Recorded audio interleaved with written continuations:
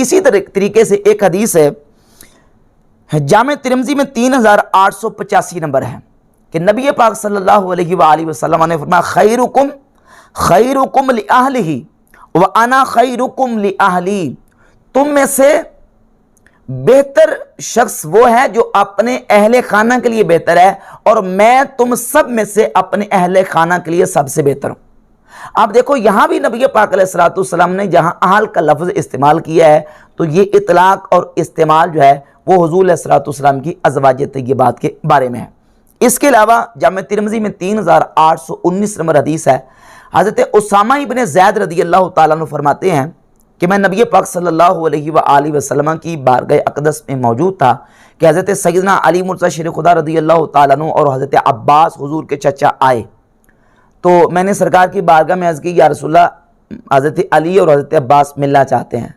تو نبی کریم علیہ السلام نے فرمایا کہ اسامہ تم جانتے ہو کہ یہ کیوں آئے ہیں؟ تو آپ صلی اللہ علیہ وسلم نے فرمایا میں جانتا ہوں یہ کس لیے ہیں، اندر آنے دو۔ جب وہ اندر آئے تو دونوں نے آ کے حضور علیہ السلام کی بارگاہ اقدس میں عرض کی یا رسول اللہ آپ کو آپ کے اہل خانہ میں سے کون سی شخصیت سب سے زیادہ پیاری ہے؟ تو نبی پاک صلی اللہ علیہ وسلم نے فرمایا کہ مجھے فاطمہ سے سب سے زیادہ محبت ہے۔ انہوں نے عرض کی حضور ہمارا پوچھنے کا مقصد یہ نہیں، ہمارا پوچھنے کا مقصد یہ نہیں، یہ ہے کہ ہم یہ پوچھنا چاہتے ہیں کہ مردوں میں کون زیادہ آپ کو پیارا ہے؟ تو اس میں لفظ یہ ہے کہ حضور علیہ السلام نے فرمایا احب اہلی الیہ من قد انعم اللہ علیہ وانعمت علیہ اسامہ بن زید، فرمایا کہ مجھے اپنے اہل میں سے سب سے زیادہ وہ پیارا ہے جس پر اللہ نے اور میں نے انعام کیا ہے، اور وہ ہے اسامہ بن زید۔ نبی کریم علیہ السلام کے آزاد کردہ غلام حضرت زید بن حارثہ کے بیٹے اسامہ، جن کے ساتھ نبی پاک علیہ السلام بڑی جو ہے وہ شدت کے ساتھ محبت کیا کرتے تھے، تو نبی پاک علیہ السلام نے فرمایا کہ مجھے اپنی اہل خانہ میں سے سب سے زیادہ مردوں میں پیارے جو ہیں وہ اسامہ بن زید ہیں۔ تو حضرت علی نے عرض کی یا رسول اللہ ان کے بعد، یہ جامع ترمذی کی 3819 نمبر حدیث ہے، ان کے بعد؟ تو فرمایا کہ علی۔ جب حضور علیہ السلام نے حضرت علی کا نام لیا تو حضرت عباس حضور کے چچا عرض کرنے لگے قد جعلت عمک آخرہم، حضور آپ نے اپنے اہل خانہ میں سے اپنے چچا عباس کو آخر میں رکھا؟ تو آپ صلی اللہ علیہ وآلہ وسلم نے فرمایا کہ چچا جان علی آپ سے پہلے انہوں نے ہجرت کی ہے، علی نے آپ سے پہلے ہجرت کی ہے، اس لیے علی مجھے زیادہ پیارے ہیں۔ تو ان تمام احادیث طیبات سے یہ بات واضح ہوتی ہے کہ اہل بیت کا یا آل کا جو لفظ ہے اس کا استعمال اور اس کا اطلاق جو ہے وہ مختلف جو ہستیاں ہیں، مختلف ذوات طیبات ان پر ہوا ہے۔ تو جن جن کو نبی کریم علیہ السلام نے اپنی اہل بیت یا اپنی آل قرار دیا ہے ان کے ساتھ مودت اور محبت رکھنا یہ ہمارے ایمان کا تقاضا اور نبی کریم علیہ السلام کی محبت کا تقاضا ہے۔